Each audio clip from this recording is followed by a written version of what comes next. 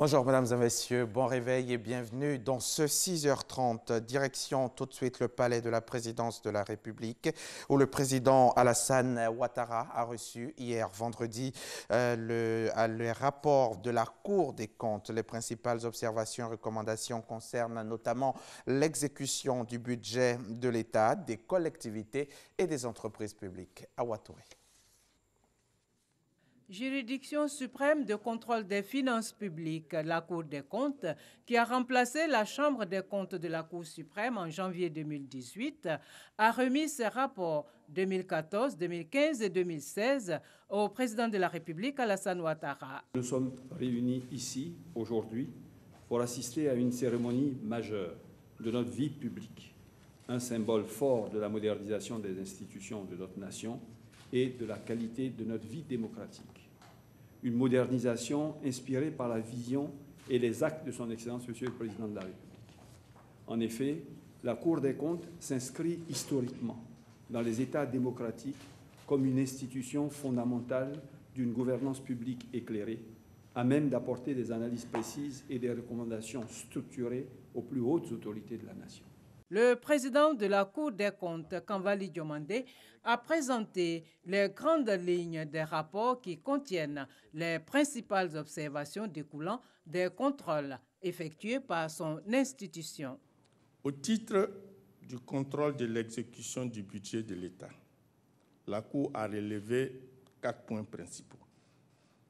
En premier lieu, la question du solde du compte 470 relatif aux avances de trésorerie, solde qui devrait être nul à la fin de chaque exercice budgétaire, mais qui s'accroît d'année en année, posant ainsi la question des dépenses financées sans couverture budgétaire. En second lieu, la question persistante du solde du compte 499, intitulé « Solde non reconnu par les postes comptables », dont les comptables assignataires demeurent dans l'incapacité de fournir les justificatifs. En troisième lieu, la question du solde du compte 411, intitulé « Redevable trésor et régie », qui indique les importants restes à recouvrer par les régies financières, alors que ces administrations déclarent chaque année avoir atteint voire dépasser les objectifs de recouvrement qui leur sont assignés. Enfin, en quatrième lieu, la question des suites données à nos précédents rapports, dont les recommandations n'ont été que partiellement suivies. Le président de la République, Alassane Ouattara, a dit sa joie de recevoir ces rapports 3 mois seulement après l'installation de la Cour des comptes. Il a félicité les membres de cette juridiction pour l'important travail réalisé. Et ceci permettra une utilisation optimale de nos ressources sur la gestion des finances publiques, le contrôle juridictionnel et les besoins de renforcement de capacités. Je voudrais vous dire que les rapports seront examinés avec beaucoup d'attention par le gouvernement. Et je voudrais exhorter la Cour des comptes à poursuivre les travaux avec la même motivation et une ardeur renouvelée. Et vous pouvez compter sur nous. Nous ferons en sorte que vous ayez les moyens d'exercer votre mission, car votre contribution à la bonne gouvernance de notre pays est quelque chose à laquelle je tiens beaucoup. C'est la loi organique du 7 juillet 2015 qui a mis en place la Cour des comptes. Elle comprend un président, 2 vice-présidents, les présidents de chambre, des conseillers et des auditeurs. Le Premier ministre Amadou Gon Coulibaly lui a procédé hier vendredi au plateau à l'installation officielle de la commission de la concurrence composée de 10 membres. Cette commission aura pour mission de surveiller le marché afin d'y déceler les pratiques anticoncurrentielles qui pourraient porter atteinte à la sécurité des affaires en Côte d'Ivoire. Autorité administrative indépendante, la commission de la concurrence pourra être saisie par tout opérateur économique qui estime que le jeu de la concurrence n'a pas été respecté. Jean-Luc Bangbo. Ils sont issus du monde universitaire, de la société civile, de la justice et des grands groupements professionnels. Les 10 membres de la commission de la concurrence qui viennent d'être officiellement installés mesurent déjà l'ampleur de la tâche qui leur incombe. Les défis de la Commission de la concurrence sont importants. Ils s'étendent du simple examen des questions relatives à la concurrence entre acteurs économiques aux recommandations que la Commission de la concurrence se doit de faire à Monsieur le ministre du Commerce en vue de la mise en œuvre des mesures nécessaires à l'amélioration du fonctionnement concurrentiel des marchés. Sécuriser l'environnement des affaires, mais également contribuer à la lutte contre la vie chère.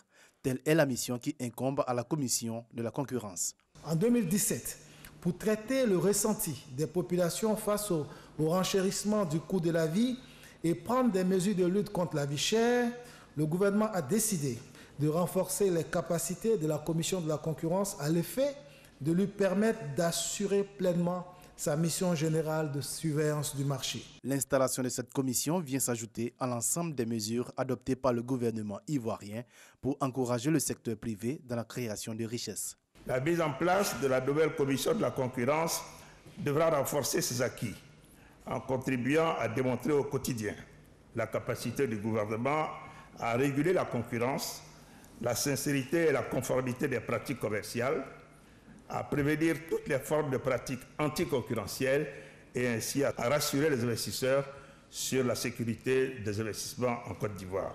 Tout en leur affirmant la confiance du gouvernement, le Premier ministre a encouragé les membres de la Commission à travailler dans le strict respect de leur mandat et des règles qui régissent la concurrence. Vous devez continuer d'entretenir et de consolider, par la pertinence et la justesse de vos décisions, cette confiance des investisseurs qui, chaque jour, traduisent leur intérêt pour notre pays en y investissant d'importants capitaux. Autorité administrative indépendante, la Commission de la concurrence peut être saisie par tout opérateur économique qui estime que le jeu de la concurrence n'a pas été respecté. La Commission émet des avis au gouvernement et prononce des sanctions administratives et pécuniaires. Et puis notre dossier du jour, ils sont des milliers. Ils sont des milliers donc ces gens en Côte d'Ivoire qui s'adonnent aux jeux de hasard. L'auto-bonheur, sport cash sont entre autres les produits proposés par la Loterie nationale de Côte d'Ivoire, la LONASI.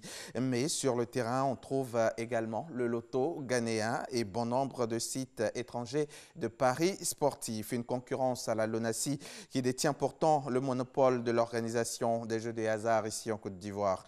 Pourquoi donc cet engouement? Comment la LONASI y fait face? Le service grandes enquêtes de notre rédaction a fait un tour dans l'univers des jeux de hasard avec Salimatou Dia et Adama Kone. De luxe. Villa, c'est avec fierté que Abou nous montre ses réalisations. Donc vous regardez toute la terrasse là, c'est moi j'ai mis ça. Ça vaut même pas un mois d'abonnement.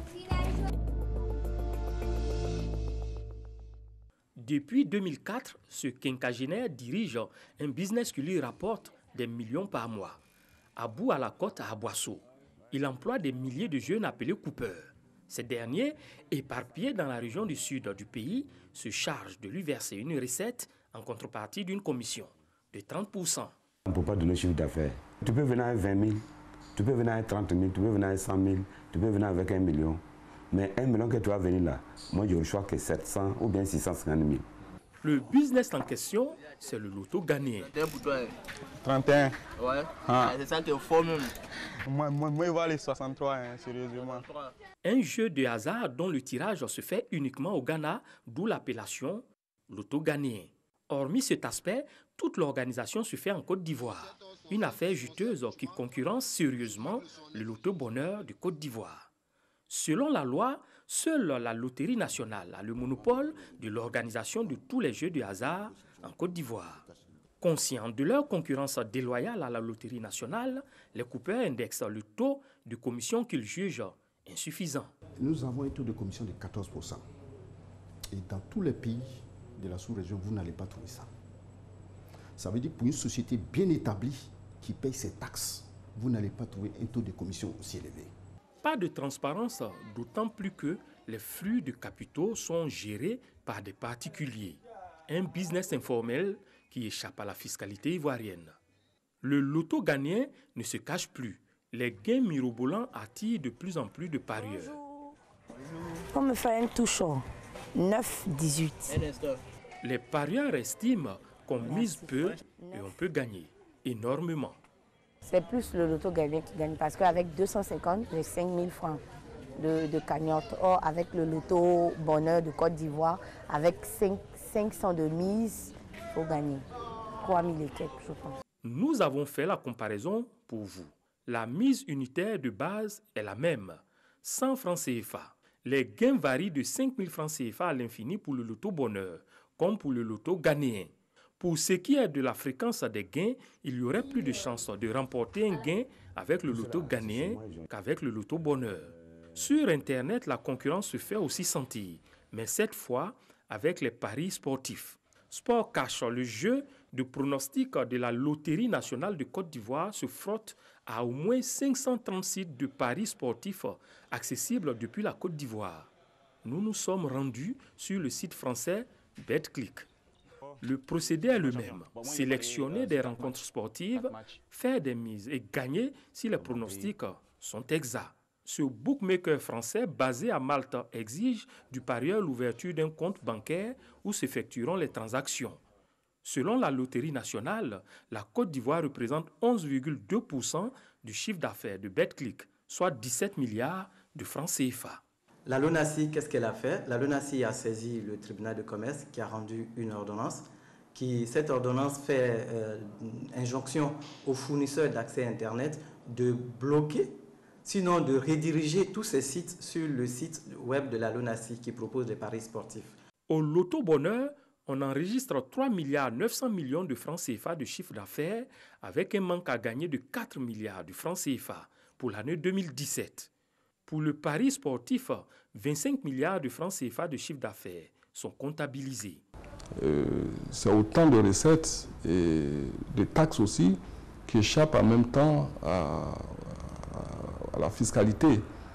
Il faut que le monopole de la LONASI soit renforcé. Il faut que l'État mette les moyens à notre disposition pour réprimer les sites illégaux.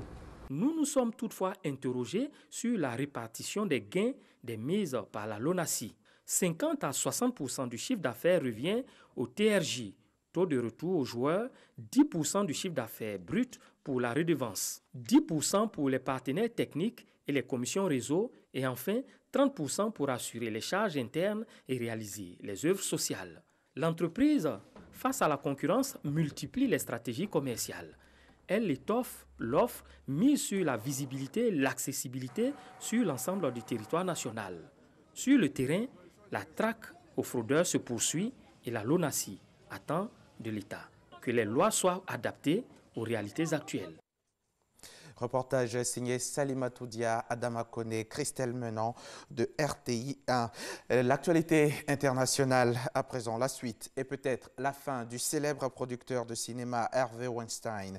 Ce dernier qui vivait terré depuis plusieurs mois suite aux accusations d'agression sexuelle par une centaine d'actrices s'est rendu hier vendredi à la police de New York avant d'être inculpé pour un viol et une agression sexuelle. Il a été libéré sous caution. Son avocat a annoncé que son client allait plaider non coupable. Et puis, moins de 24 heures après avoir annulé le sommet du 12 juin prochain à Singapour avec le leader nord-coréen Kim Jong-un, le président américain semble revenir sur sa décision. Hier vendredi, Donald Trump n'écarte plus la possibilité que la rencontre ait finalement lieu comme prévu. Voilà, c'est la fin de ce journal. Merci de l'avoir suivi. À très bientôt sur la chaîne qui rassemble.